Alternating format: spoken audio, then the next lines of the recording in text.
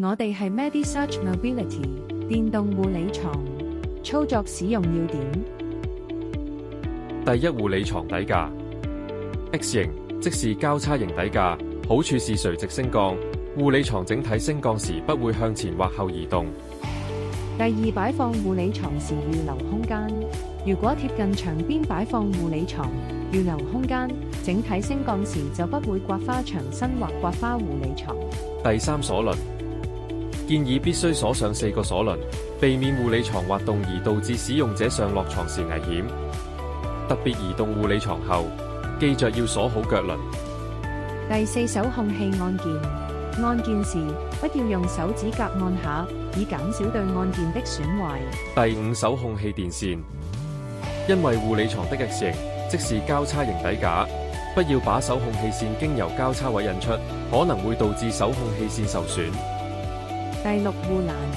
護欄鎖上後，輕搖幾下確定是鎖穩的，避免鎖不穩固下跌時傷害使用者。第七，靠背升降及腿位升降，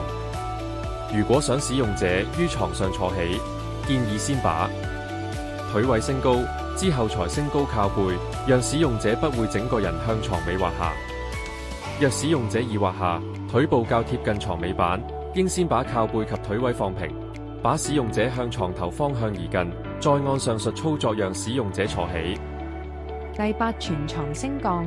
當需要為使用者進行護理工作時，把整套護理床升起，避免讓照顧者經常向前彎身造成腰背勞損。第九，床頭尾板拆裝，快拆式的床頭尾板，每件也有2個掛鈎的，當掛鈎扣緊時，床板就會穩固。第十，床褥分辨頭尾及面底，可以根據床褥的接位與護理床面貼板的接位對準而放上床褥。另外，部分床褥是有面底分別的。第11，護理床床架床褥清潔消毒，床架是金屬製造的，建議不要使用漂白水清潔消毒，可使用溫和清潔劑，抹布亦不要太濕，避免弄濕摩打或電機或控制盒。床褥套有些是用防水物料製成的，也是不要使用漂白水清潔消毒，也不要經常於陽光下暴曬而損耗床褥套的表面。歡迎隨時聯絡我哋 WhatsApp 68462662就可以。